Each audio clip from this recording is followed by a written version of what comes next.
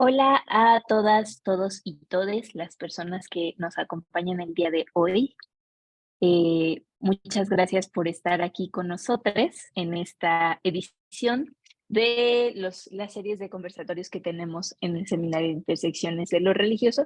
Esta serie de conversatorios, como ustedes saben, se llama Repensando el Islam en el Mundo Contemporáneo y hoy es nuestra tercera sesión. Particularmente queremos hablar de un tema bastante importante que es mujeres en el Islam. Sabemos también que es un tema que está lleno de suposiciones y sí, ¿no? Como muchas opiniones que no siempre tienen detrás todo el contexto, ¿no? Y pueden estar muy sesgadas. Entonces estamos muy emocionados por esta oportunidad de escuchar a alguien que es experta en el tema y estamos muy agradecidos de contar con tu presencia, Iraís. Y bueno, les voy a presentar a quien nos acompaña el día de hoy, que es Iraís Fuentes. Ella es doctoranda en estudios feministas de la Universidad Autónoma Metropolitana, maestra en Relaciones Internacionales por la misma institución y licenciada en Geografía por la Facultad de Filosofía y Letras de la Universidad Autónoma de México. En 2019 realizó una estancia de investigación en la Universidad Ferdowsi de Mashhad en la República Islámica de Irán y en el mismo año realizó una estancia académica en el Centro de Estudios de Asia y África del Colegio de México, institución donde impartió el seminario compartido Geopolítica Crítica, Teoría y Casos de Medio Oriente en el mismo centro. Es miembro permanente del Seminario de Estudios Críticos en Geopolítica, Espacio, Dominación y Violencia de la Facultad de Filosofía y Letras y es integrante del Grupo de Estudios sobre Eurasia, GESE. Entre sus publicaciones más recientes se encuentran A una década del movimiento verde en Irán, La situación de las mujeres en Irán contemporáneo, Irán, una andaruní persistente, espacios de segregación por género, entre otros. Bienvenida, Iraís, muchas gracias por acompañarnos. Hola Nadia, ¿qué tal? Muchas gracias. Gracias por la presentación. También muchas gracias al CEMIR por abrirnos este espacio, a mí y a mis compañeras que estuvieron las semanas anteriores. Y claro, ¿no? A Manuel y a Eli también por toda la organización para que estos eventos se puedan llevar a cabo. Muchísimas gracias. Y bueno, eh, te voy a empezar con la primera pregunta. Invitamos a las Claro. personas que si tienen alguna duda, comentario, la pongan ahí en el chat y nosotras vamos a estar al pendiente de eso. Pero bueno, primero nos gustaría que nos contaras un poco acerca de cuáles son las principales controversias que existen en torno a las mujeres en el Islam. Bueno, fíjate que Nadia es una pregunta sumamente extensa, una pregunta compleja. Yo me voy a remitir en este momento como en aras de hacerlo un poco más sintético, labor de síntesis, que encuentro que una de las cuestiones más relevantes es que se trata al Islam como si fuera esencialmente represor contra las mujeres, ¿no? Es decir, por naturaleza. Y entonces, cierto es que, bueno, ha habido una serie de producción académica, literaria, a partir de eso, específicamente por mujeres que profesan el Islam y que se identifican como mujeres musulmanas. Entre ellas les voy a ir mencionando algunas como Leila Ahmed, ¿no? Que es un referente fundamental. Eh, También está, acá la tengo, Asma Barlas, por supuesto, son dos de las pensadoras de las que estoy retomando ahora justamente para abordar esta problemática. Y entre estas dos pensadoras comparten justo que ellas hablan mucho a partir de la lectura que se hace del Corán. Y lo que ellas están sosteniendo es que el Corán es cierto que se puede rastrear un tratamiento pues distinto, ¿no? Diferente que el Corán, que es pues la palabra, el Corán sagrado de la religión musulmana, que da un trato diferenciado entre mujeres y los hombres, ¿no? Con respecto a ciertas cuestiones y acaban las principales controversias, entre ellas, pues el matrimonio, ¿no? Porque este libro sagrado, por supuesto, ¿no? Menciona que como lo oportuno, por decirlo de alguna forma, de la poligamia, ¿no? Para los hombres que pueden tener hasta 4 esposas. El divorcio también es otra cosa o otra cuestión controversial por el llamado repudio, ¿no? Que significa que un hombre puede divorciarse de su esposa sin su consentimiento ni su presencia, únicamente con pronunciarlo, ¿no? Pero también está la presentación de pruebas frente a un juzgado en el que el testimonio de una mujer pues vale la mitad de la que vale el testimonio de un hombre. La vestimenta es otra de las controversias que pues es una de las más fluidas, más fructíferas, porque justamente pues atiende a a cubrir el cuerpo, especialmente pues la cabeza de las mujeres con esta vestimenta islámica, ¿no? Pero también hay otras cuestiones como la reclusión al espacio privado, también esta cuestión del pago por sangre, entre muchas otras cosas, ¿no? Y entonces esto pues se considera pues una prueba manifiesta de esta postura de que aparentemente pues el Islam es fundamental y esencialmente patriarcal por naturaleza. Sin embargo, a lo que me quería remitir con este par de autoras y muchas otras que están debatiendo a propósito de esto, es un trabajo sumamente interesante en el que ellas no están diciendo, no es cierto que el Corán diga esto, ¿no? Porque hay, claro, muchísimas otras posturas en las que establecen o parten de la negación de estos principios, cuando en realidad sí están. Ahora, lo que hacen ellas es más bien hacer una labor de contextualización, ¿no? Una labor de historizar justamente esta palabra, este carácter de la religión, ¿no? Y bueno, antes de seguir, quiero hacer la aclaración de que no estoy cuestionando, ni estoy poniendo en entredicho, ni lo voy a hacer ni ahora ni a lo largo de este conversatorio, no estoy poniendo en entredicho el carácter pues divino de la religión musulmana, ¿no? De la religión o del Islam en sí. Pues mi intención más bien es justamente seguir como esta línea de las autoras, que es contextualizar al Islam como una entidad que está en constante cambio, ¿no? Y en movimiento, como todos los procesos sociales pues que, que nos atraviesan, ¿no? Y que producimos. Y entonces significa esto que la religión musulmana, el Islam, no es transhistórica, no es esencialista, sino que sus diversas interpretaciones, su prédica, su reproducción, su creencia, la difusión, el mismo Corán, pues claro, ¿no? Están permeadas de estructuras y de relaciones de poder, pues que estas justamente están condicionando las formas diversas en que pues interpretamos, verbalizamos y también practicamos la religión, no nada más la musulmana, sino todas las religiones. En otras palabras, quiero decir que no se trata de negar justamente estos elementos patriarcales que evidentemente o claro, ¿no? Están o forman parte del Islam y de estos textos sagrados, más bien hay que contextualizar eso, ¿no? Indudablemente, pues están atravesados esta prédica y toda esta serie de cuestiones están atravesados por lo social, ¿no? O sea, cuando el profeta Mohammed recibe el mensaje a partir o a través del arcángel Gabriel, por supuesto, ¿no? Que el profeta Mohammed está en un contexto patriarcal precapitalista, un tipo de patriarcado, que claro, eso va a mediar la forma en la que está interpretando, en la que está predicando ese mensaje. Y entonces esto es a lo que apuesta mujeres como Asma Barlas, como Leila Ahmed, ¿no? Justamente a este ejercicio de historizar esa religión, ¿no? O sea, como en qué contexto, cuáles son esos sujetos que lo están interpretando, cómo lo están interpretando a la luz de los diferentes acontecimientos económico-políticos y que claro, ¿no? Acá se va a ver permeado por un sesgo y por esas estructuras patriarcales que desde luego le van a dar una una cuestión favorable, una posición favorable, pues a los hombres a partir justamente de elementos biologicistas, ¿no? A partir de o en estas sociedades que están organizadas a partir del sistema sexo-género. Entonces, eh, como para ir redondeando, me gustaría mencionar que por lo tanto, pues la cuestión de las mujeres en el Islam, pues está respondiendo a diferentes cuestiones y a diferentes proyectos políticos también, ¿no? De la época y que tienen que ver mucho más con la política que con la religión. Esa es otra propuesta que también va a estar abonando a cómo podemos entender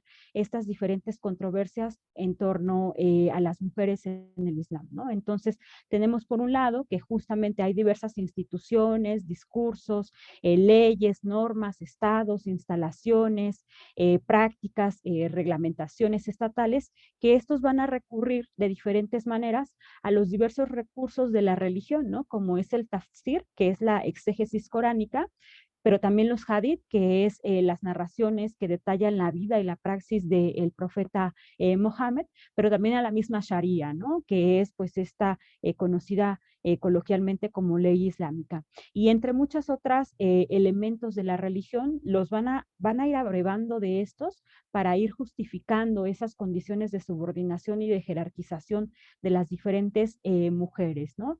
En estas sociedades que profesan el Islam. Y de otro lado, es cierto que existen estos elementos patriarcales, como mencionaba hace un momento, que yacen en los textos primarios del Islam, ¿no? Lo cual no le está restando credibilidad ni divinidad, por supuesto, a la religión, sino que merece más bien la pena hacer lecturas distintas, antipatriarcales de estos textos sagrados, como proponen estas dos autoras. Entonces, son como las principales controversias. Entonces, sí me gustaría recalcar que, o sea, no partimos de la negación de esas, por supuesto que están, si revisamos algún Corán, ¿no? En la parte de mujeres, cuando generalmente acá llegan a México, Corán, traducidos al español, y vienen como ordenados en diferentes temáticas, viene una parte de las mujeres y ahí especifica precisamente algunas cuestiones como las más emblemáticas, como del Corán, ¿no? Y claro, ¿no? Ahí no podemos negar que existe este sesgo patriarcal, pero la idea es contextualizarlo, devolverle más bien el carácter político a la religión, más allá de decir, claro, ¿no? El Islam es esencialmente patriarcal y entonces no hay nada que decir. Lo que hay que hacer es como, pues, abolirlo, ¿no? Rechazarlo, luchar contra él, no más bien hacer este ejercicio de contextualismo radical. Bueno, acá le dejo. Muchísimas gracias. Creo que como seminario que analizamos las intersecciones de lo religioso, una y otra vez nos encontramos con eso que mencionas, ¿no? O sea, como la incapacidad de repente de entender la religión como algo dinámico, contextualizado, político. Y en el caso del Islam creo que es muy, muy específico. Como decías al principio, ¿no? Hay ciertas presuposiciones de cómo es la vivencia de las mujeres en el Islam y a partir de eso se lee la religión, los textos sagrados, se interpreta, ¿no? Y este Sí, proceso que dices de no una cosa apologética, no una cosa de negación, sino de contextualización y de reconocimiento de, pues, de su dinámica es muy, muy valioso. Y hablando sobre esto de las los prejuicios o estereotipos, nos gustaría si puedes profundizar un poco más acerca de esos estereotipos que predominan acerca de las mujeres musulmanas y a qué responden esas ideas que se tiene de repente de la vivencia de las mujeres en el Islam. sí, claro, Nadia, excelente pregunta. Eso yo creo que es una de las, también de las cuestiones principales que surgen, ¿no? Cuando hablamos de mujeres en el Islam. Y entonces basta con decir mujer musulmana, que a millones, miles de millones de personas se nos vienen a la mente diferentes imágenes, ¿no? Representaciones que asociamos principalmente con el velo, ¿no? Decimos mujer musulmana, inmediatamente velo o burka o alguna vestimenta islámica, pero también está la cuestión del belly dance, por ejemplo, ¿no? El harén, el famoso harén, la religión, la opresión, ¿no? La violencia, ¿no? Una serie de representaciones que, claro, ¿no? Son sumamente violentas y son misóginas, que claro, al final del día, como son históricas y como son parte del proceso de subjetivación, pues les atraviesa y les constituye.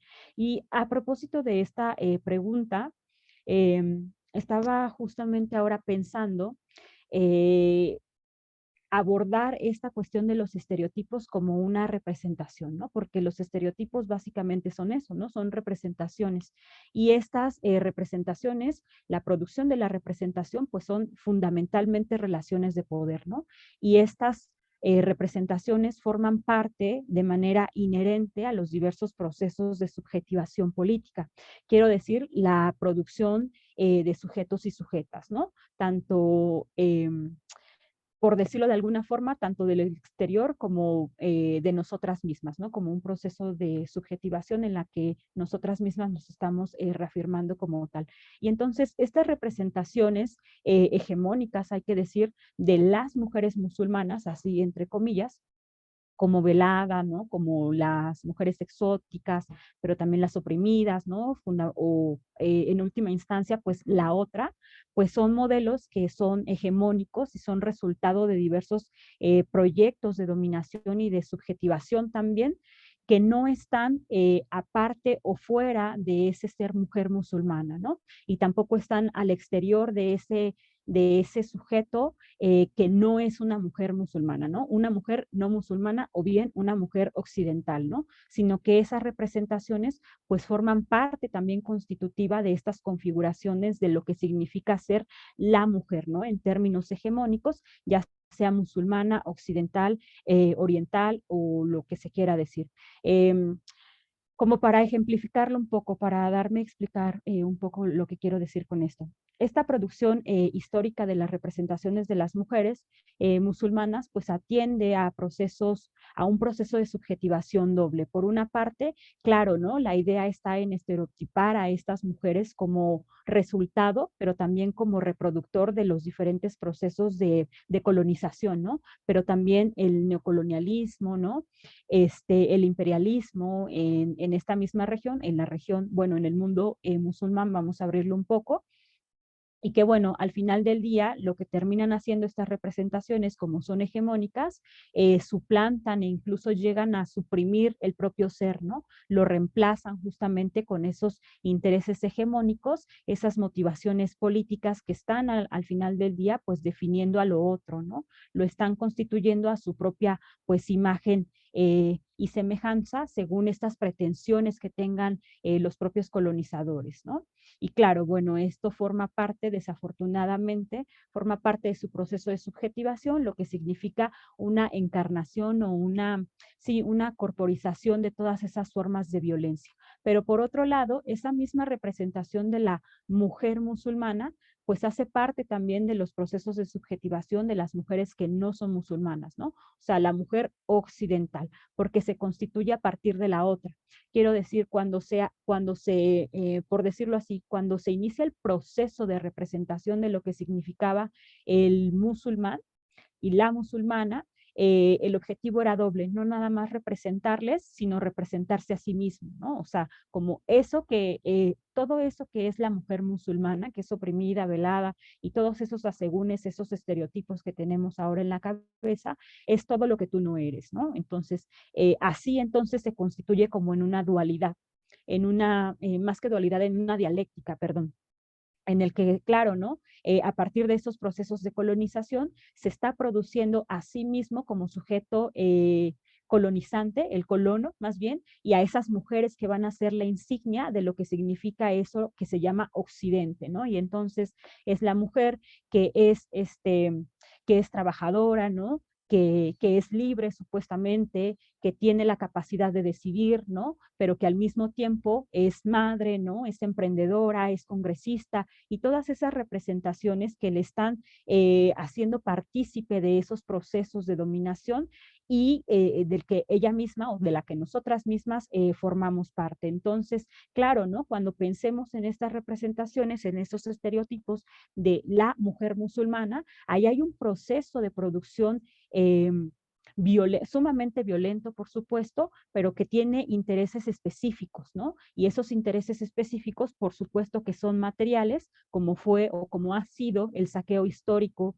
de estas comunidades, de estas sociedades, del mundo musulmán en general, pero también va de la mano con un proceso material, ¿no? Que es la producción de subjetidades, de sujetos con ciertas características que están respondiendo pues a las exigencias del propio sistema económico político. Y ya como para ejemplificar un poco esto, me gustaría mencionar que durante la etapa colonial, justamente en esta región que hoy conocemos como Medio Oriente, pero que en ese inicio no, o sea, todavía no se definía como Medio Oriente, el control justamente de las poblaciones que estaban siendo colonizadas se canalizó a partir del cuerpo y de la vestimenta, ¿no? Y entonces es así como el hijab y la vestimenta islámica fue producida paulatinamente como ese principal marcador de la subordinación de esas poblaciones, especialmente de las mujeres, porque era muy visible, ¿no? A la mirada, pues a la mirada occidental, a primera vista, y por supuesto que se utiliza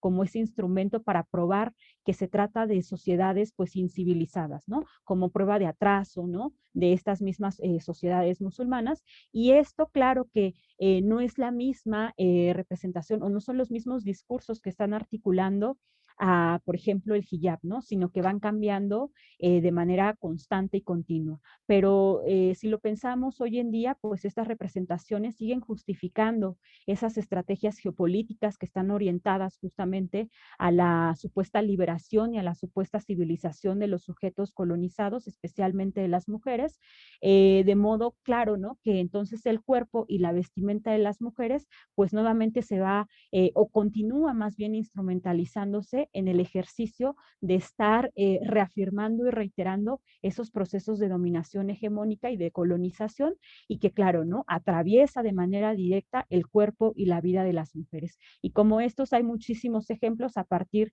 de cómo se instrumentaliza o cómo se toman ciertas características de estas principalmente mujeres para habilitar diferentes proyectos de dominación.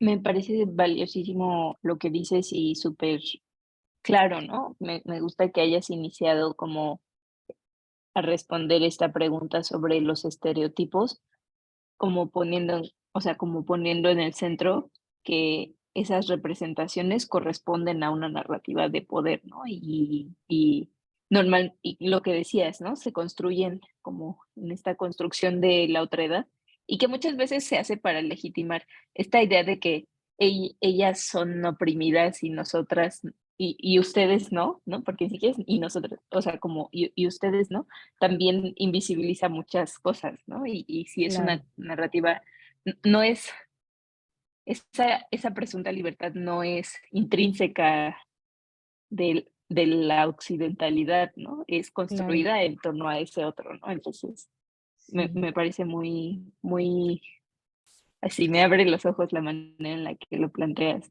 Y un poco como siguiendo esa línea, ¿no? De estas representaciones y narrativas que se construyen en torno a la otredad, sabemos que tú eres experta en Irán y cómo es la vivencia de las mujeres en Irán. Y recientemente ha estado en el foco y en el centro de muchos discursos, muchas narrativas, mucha atención mediática, desde, desde particularmente desde septiembre pasado, con todo el movimiento que hubo en Irán, que hay en Irán.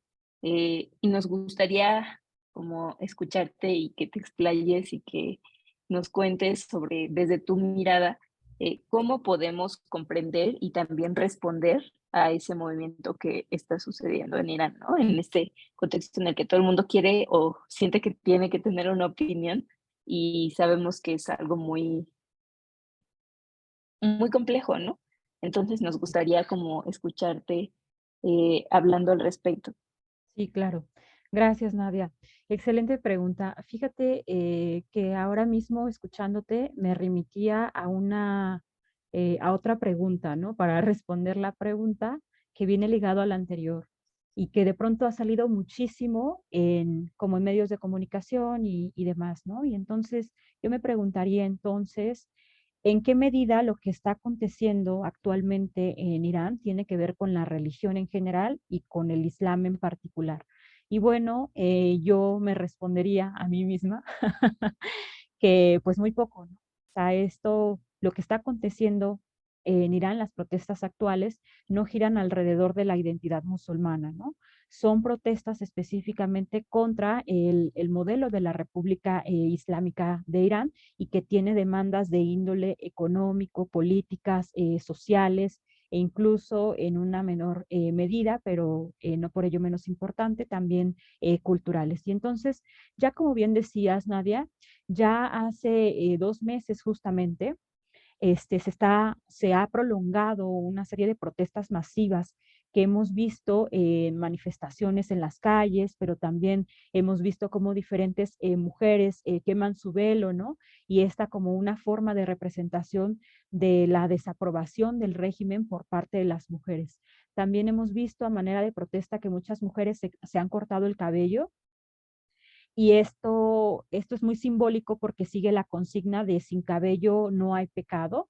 También hemos visto que diferentes mujeres también en diversas universidades y demás instituciones, pues han pisoteado las imágenes de eh, el Ayatollah Khomeini y el actual líder supremo Ali Khamenei, y esto como una representación justamente del descontento con las élites de la República Islámica, especialmente con este clero, ¿no? El clero que es una clase política, una élite política, que más bien es referido como en Farsi, en Irán, como los rohaniyats, ¿no? Es el clero.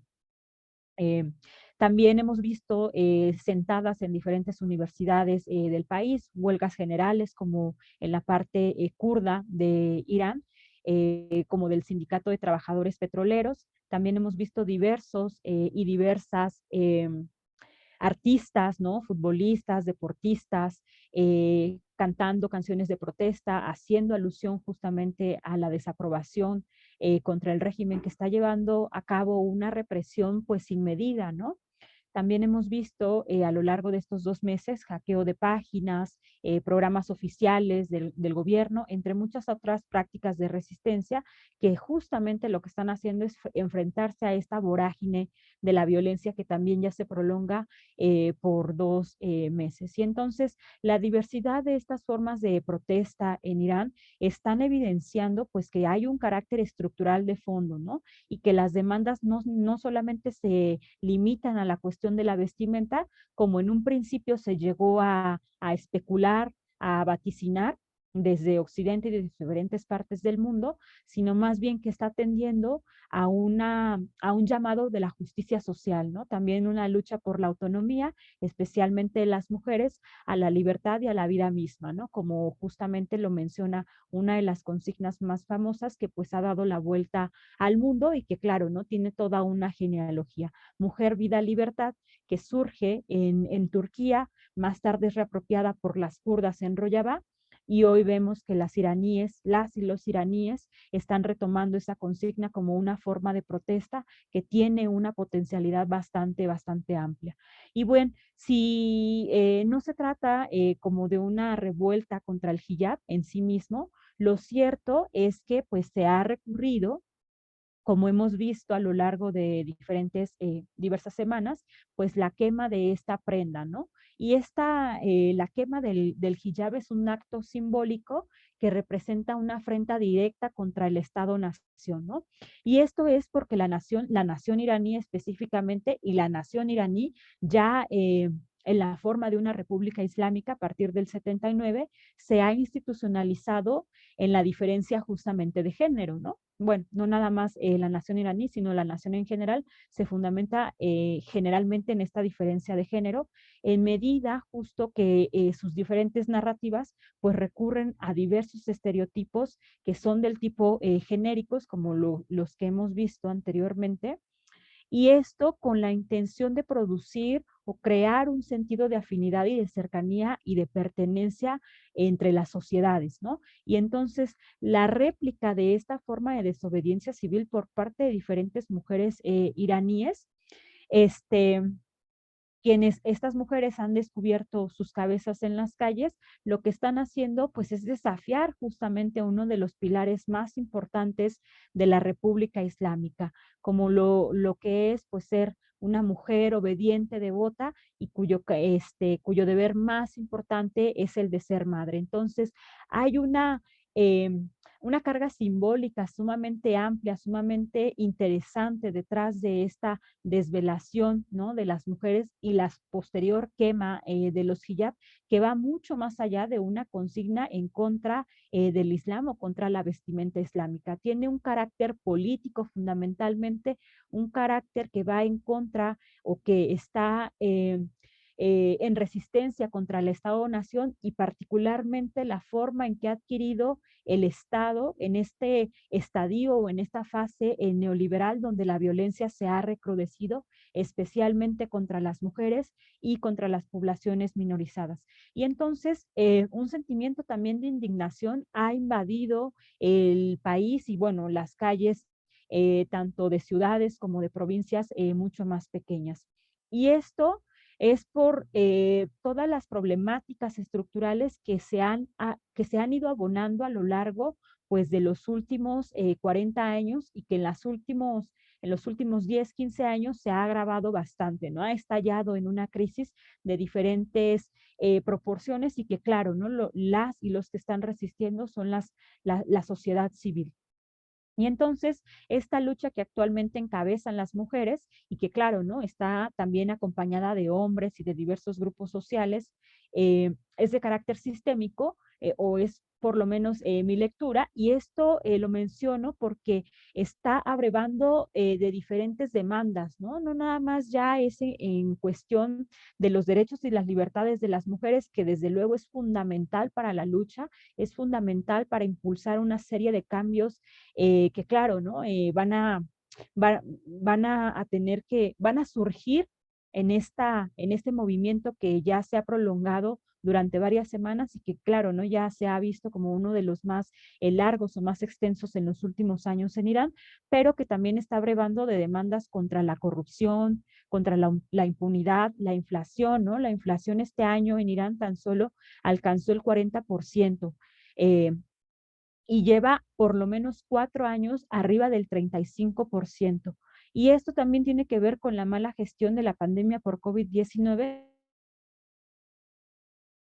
de la cual pues vamos mal que bien saliendo, también Irán, y que dejó una gran cantidad pues de decesos, ¿no? Irán fue uno de los países más afectados de la región de Medio Oriente por la pandemia de COVID-19 y esto en gran medida, entre muchas otras cuestiones, por el régimen de sanciones internacionales.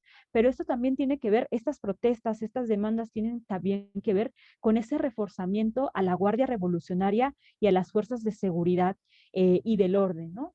La Guardia Revolucionaria es una de las instituciones más poderosas, me atrevería a decir que es la segunda institución más poderosa dentro de la República Islámica, es uno de los pilares que está sosteniendo esa estructura en la que se fundamenta el Vilayat Faqih, el gobierno de los jurisconsultos, quiero decir, en el que se basa el nivel o la categoría de la República Islámica de Irán, ¿no? Y entonces, en los últimos años, en los últimos 20, 30 años, la Guardia Revolucionaria se ha ido expandiendo en diferentes ámbitos de lo social y de lo económico, y eso ha hecho que tenga una capacidad mucho más amplia para controlar diferentes activos en el país y también que se vea reflejado directamente en la forma de la represión de la cual tiene alcance, ¿no?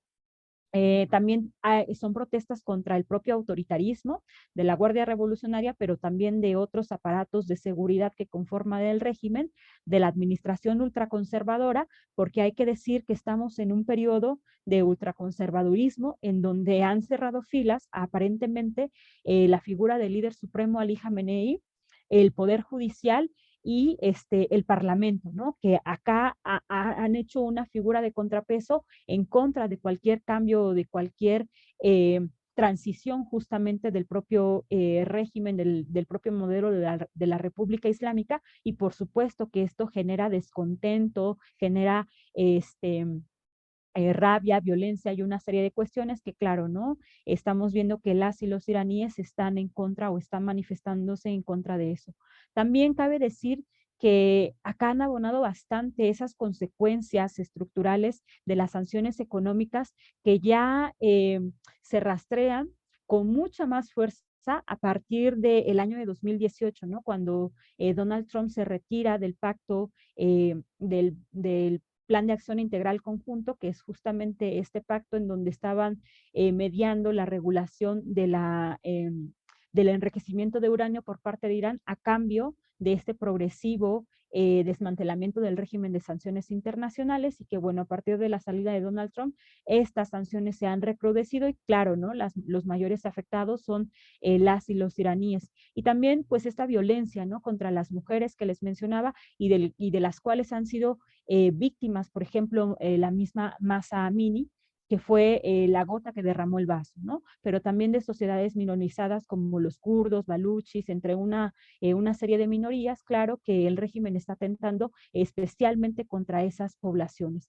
Claro, y también mencionar los altos índices de desempleo en Irán, especialmente para las mujeres, la censura, entre muchas otras cuestiones. Entonces, eso es lo que estamos viendo en Irán, una movilización de parte de las mujeres de diferentes clases sociales, de diferentes como grupos étnicos, ¿no? Confesiones religiosas que están luchando o están empujando para un cambio en la República Islámica, pero que desafortunadamente hasta el día de hoy el régimen pues no ha mostrado pruebas o no ha mostrado indicios de poder o de querer más bien negociar con los manifestantes, más bien ha optado por recrudecer estas formas de violencia, desapariciones forzadas, ¿no? Abrir fuego arbitrariamente contra la población. Estamos hablando también de un número mayor a 60,000 detenidos hasta el momento, desapariciones en una cantidad también que se cuenta en miles y que también han sido víctimas desafortunadamente bastantes menores de edad, ¿no? Bueno, acá le dejo. Muchas gracias. Y sí, de nuevo, me parece muy clara y valiosa tu perspectiva al respecto, ¿no? Esto que mencionas de que señalar, o sea, estaba pensando mientras hablabas, ¿no? Señalar como esas manifestaciones son en contra del Islam, ¿no? O sea, además de simplista y así, o sea, es señalar como algo muy grande, o sea, como casi como abstracto, cuando en realidad son señalamientos políticos situados muy específicos hacia, hacia o sea, señalamientos institucionales. No sé, pienso que hay un riesgo ahí, ¿no? De hacerlo como muy amplio y aparte el riesgo de de juzgar, hacer como simplificaciones, generalizaciones. Em, tenemos dos, bueno, no son dos, tenemos varias preguntas en Facebook y YouTube, entonces, si te parece bien, te las leo todas y Claro. tú puedes como ir una por una o profundizar en alguna o como decidas. Dice, ¿por qué crees que el Islam se vuelve una opción atractiva para muchas mujeres latinoamericanas que se convierten a esta religión? También otra, ¿se puede decir que la hijab es una herencia o resultado del pasado colonial? Y luego otra, ¿cómo se ven impactadas las luchas de las mujeres en el Islam por las intersecciones de clase? Y luego otra, ¿la religión ayuda a encontrar puentes frente a las brechas de desigualdad o las profundiza? Ok. Gracias, Nadia. Muchas gracias también a todos, a todas por sus preguntas, muy importantes, claro, y muy detonantes, claro, muy amplias. Entonces voy a tratar como de responder cada una de ellas y seguro que no quedaré satisfecha por el tiempo, pero haré el mejor esfuerzo. A ver, voy con la primera. ¿Por qué crees que el Islam se vuelve una opción atractiva para muchas mujeres latinoamericanas? Por muchas cuestiones. También el Islam es una religión, a diferencia, por ejemplo, del judaísmo, la religión musulmana es una religión que está en crecimiento, vaya, que siempre busca adeptos, busca la idea de la conversión, ¿no? La idea de que el Islam está abierto para todos y todas, que no hay restricciones de etnia, clase, nacionalismo o demás, sino que es una religión justamente que está abierta, ¿no? Como una religión muy plural. Y en ese sentido, por supuesto, ¿no? Hay una serie de elementos atractivos que se nos van a presentar acá o en diferentes partes del mundo como una, eh, ¿cómo llamarlo? Como una oportunidad para encontrar eso que de pronto, voy a decir así un ejemplo, el Estado no ha proveído, ¿no? Especialmente como en sociedades o en estados de violencia estructural bastante marcados como en nuestro país, claro, ¿no? Esta opción de o la conversión al Islam se vuelve una forma de acogimiento, ¿no? Frente a todas esas formas de despojo, ¿no? De violencia en el país, de violencia exclusivamente contra las mujeres. Y claro, ¿no? Esta comunidad de musulmanes y musulmanas en México, pues han tenido una serie, han constituido, como en muchas partes del mundo, una serie de redes, ¿no? De redes de cuidado que por supuesto que se ven atractivas, ¿no? Para estas condiciones y demás. Pero también acá está la cuestión de la afinidad, ¿no? De pronto el Corán y la misma religión musulmana, al ser una religión que, claro, ¿no? Como todas está en constante cambio, pero que la ha atravesado la política de manera directa, la política, como decirlo, estatal, para hacer ahí una diferenciación, de pronto eh, tiene muchísima apertura para hacer diferentes lecturas. Y en ese sentido, por supuesto, ¿no? Cuando tú te acercas o cuando nosotras nos acercamos a cierta interpretación a ciertas comunidades, dan la posibilidad de que eso que tú piensas, claro, ¿no? Está inserto o forma parte de la religión musulmana.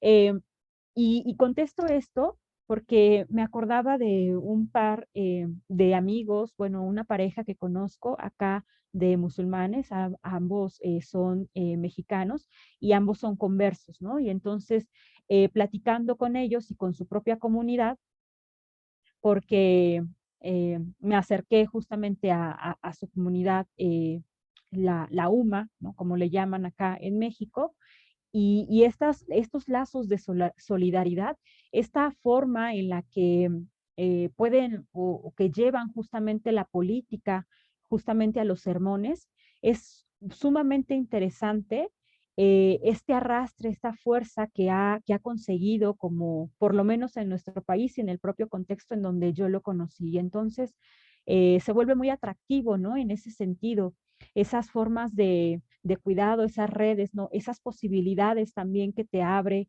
para, no sé, conocer diferentes partes del mundo, conocer la propia religión, ¿no? Ir a estudiar justamente religión en este mismo contexto, por supuesto. Entonces se vuelve como acá una posibilidad, ¿no? De sobrevivencia, por decirlo de alguna forma. Que claro, no quiero generalizar, esto es como estoy hablando a partir de la experiencia de que conozco a este par de amigos y que, bueno, ahí estuve indagando y demás. Pero bueno, puede ser diferentes también cuestiones. Se puede decir que el hijab es una herencia o resultado del pasado colonial. No ontológicamente, quiero decir, no es que la prenda, la vestimenta, eh, sea ya una invención colonial en sí. No, o sea, claro, ¿no? El hijab, la vestimenta islámica, ya se utilizaba anterior a la colonización. Lo que yo quería decir hace rato que yo estaba hablando es que, claro, ¿no? O sea, toda esta interpretación, es esta producción inmaterial de los procesos, de las cosas, los procesos y demás, están en constante cambio, ¿no? Y entonces no podemos hablar, por ejemplo, del hijab que sea el mismo en el siglo VII, en donde lo profesa el profeta Mohammed, ¿no? Cómo lo justifica y cómo es el mensaje que recibe de Alá y cómo es que se interpreta el día de hoy, ¿no? O sea, cómo es ese rol que está jugando, porque ahí hay relaciones de poder que están atravesando y que están mediando, que además están resignificando los procesos y las cosas, ¿no? Entonces no podemos comparar como esa vestimenta islámica con la que tenemos ahora, porque claro, ¿no? Lo que interpretamos hoy o lo que es hoy el hijab tiene una serie o está atravesado por diferentes relaciones de poder coloniales, capitalistas, patriarcales en diferentes sentidos y demás, que claro, ¿no? Hacen de esta prenda islámica toda una forma, toda una cosmovisión, pero también todo un dispositivo también de poder que es muy distinto interpretarlo de una o de otra forma, ¿no? Y entonces cuando yo decía, claro, ¿no? O sea, la, el colonialismo transforma esto, por supuesto, porque transforma las relaciones sociales, ¿no? Pero no es que lo haya inventado en sí, sino más bien que cambia el significado, cambia la funcionalidad, cambia la interpretación de lo que significa, por ejemplo, hoy la vestimenta islámica, como ejemplo, pero todo, ¿no? O sea, todas las relaciones sociales. Siguiente, ¿cómo se ven impactadas las luchas de las mujeres en el Islam por la intersección de clase? Bueno, esta es una pregunta sumamente compleja, es de Eli, muchas gracias, Eli. Este, bueno, es que hablar como de los movimientos de mujeres en el Islam es sumamente amplio porque esos movimientos son diversos, ¿no? No hay como dos o tres movimientos, sino que hay diferentes movimientos y son sumamente divergentes, contradictorios, otros se encuentran, otros no. Por ejemplo, ahora pienso en los movimientos del Islam político, por ejemplo, ¿no? En las mujeres. Y el Islam político, o la mayoría, o muchos de ellos, tienen un factor de clase sumamente marcado. Me refiero a que están integrados por mujeres, por personas en general de las clases más vulneradas. Y claro, ¿no? Acá la clase va a estar jugando un papel sumamente interesante por esta misma cuestión política de la que abrevan. Pero también hay otras mujeres islamistas, por ejemplo, y que ahora pienso en el caso iraní, que son pro régimen, vamos a decirlo de alguna forma.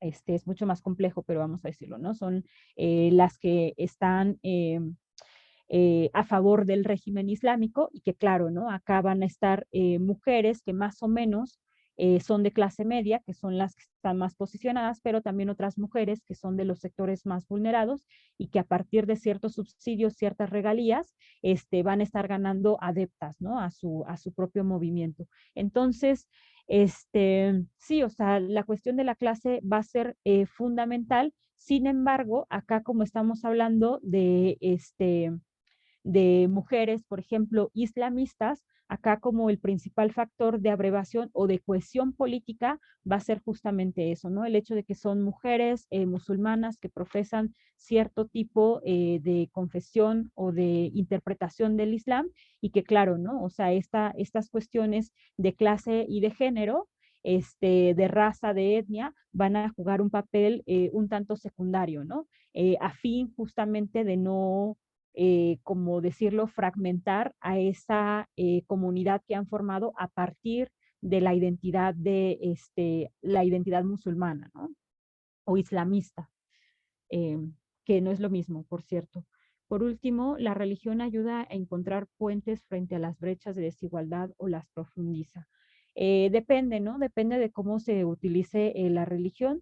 Hace rato lo mencionaba, o no sé si lo mencionaba o solamente lo pensé, la religión se ha instrumentalizado, ¿no? En diferentes momentos, no nada más la religión musulmana, diferentes religiones se han instrumentalizado con objetivos, claro, hegemónicos, político-económicos, y desde luego acá en el Islam pues no es la excepción. Entonces, a mí, yo como viéndolo así a primera instancia esta pregunta, yo pensaría la religión justamente, ¿no? Como este espacio, vamos a dejarlo así, como este espacio en donde tiene la posibilidad de construir comunidad. Eso es una de las cuestiones que hay que rescatar como de las religiones, especialmente ahorita hablando del Islam, como esa capacidad de comunidad, de convivencia, ¿no? De solidaridad, de sostener justamente la vida, me parece que es sumamente importante, ¿no?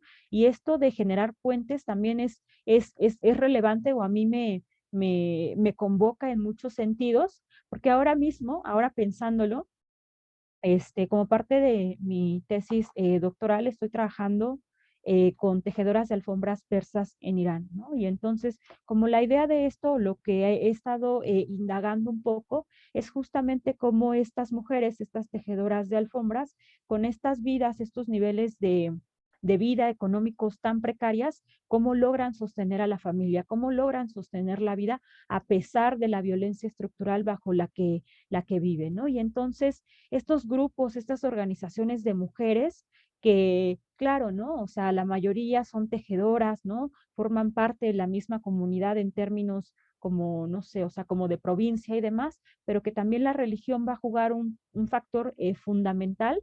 Este, acá están tejiendo puentes, ¿no? O sea, se están sosteniendo unas a las otras independientemente de que no sean familias consanguíneas, ¿no? Y entonces, en este sentido, la religión va a abonar una serie de cuestiones identitarias, pero también estos simbolismos del propio Islam, como la idea de la lucha, el sacrificio, el sostenimiento, la solidaridad, van a jugar un papel sumamente importante para que estas mujeres construyan una comunidad, ¿no? Una comunidad que, bueno, les beneficie no nada más a ellas, sino a sus familias y que, claro, ¿no? Van a estar generando una serie de estrategias, le digo yo hasta ahora, estrategias de sobrevivencia frente a las nuevas formas eh, de imposición neoliberal. Me refiero como a esta reestructuración del capital que, bueno, al final del día lo que hace es un mayor despojo y frente a eso, claro, ¿no? Son las mujeres las que están generando una serie de estrategias para hacer vivible lo invivible, ¿no? Y bueno, ya le dejo ahí Wow, también. realmente detrás de cada una de esas preguntas y de todo lo que mencionas hay muchas, muchas cosas que decir, ¿no? Y muchos eh, prejuicios y narrativas que combatir y que cuestionar, ¿no? Y señalar como qué hay detrás de ellas, a qué responden o quiénes se benefician de eso. Entonces, está muy interesante y muy increíble y agradecemos mucho que nos, que nos acompañes en el proceso.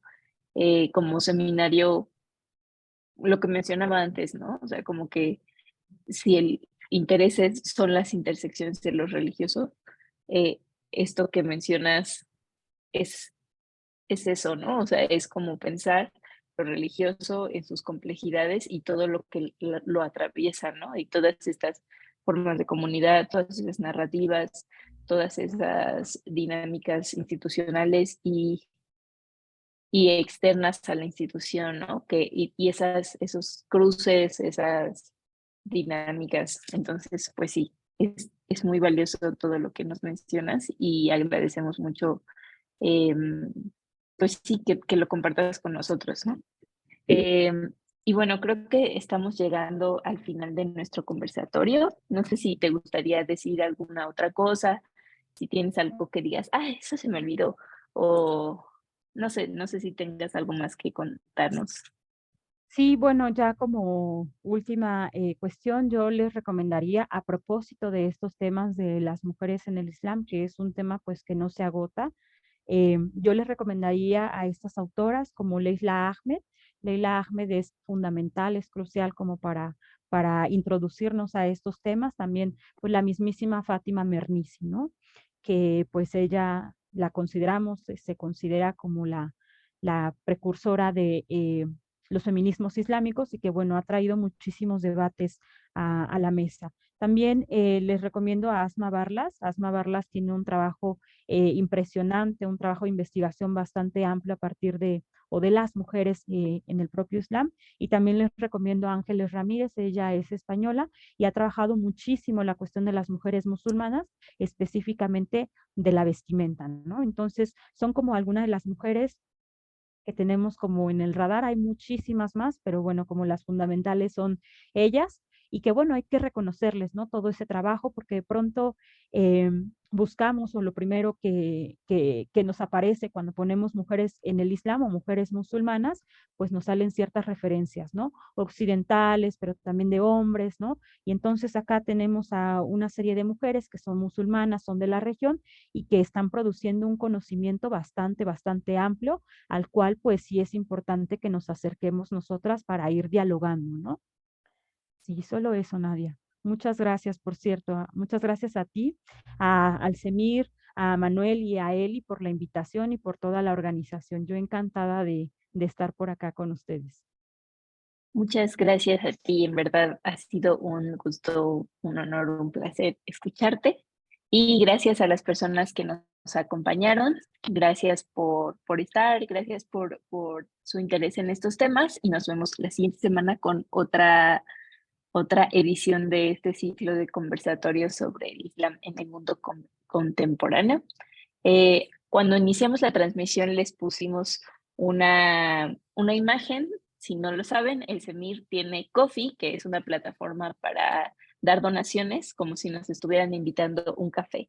Entonces, si ustedes en algún momento se han visto beneficiados por nuestros cursos o nuestros conversatorios y tienen ganas de colaborar en la construcción colectiva de conocimiento en torno de lo religioso y sus intersecciones, sigan nuestro coffee que está en nuestras redes y pues ya, invítenos un café y gracias por acompañarnos. Buenas noches. Adiós.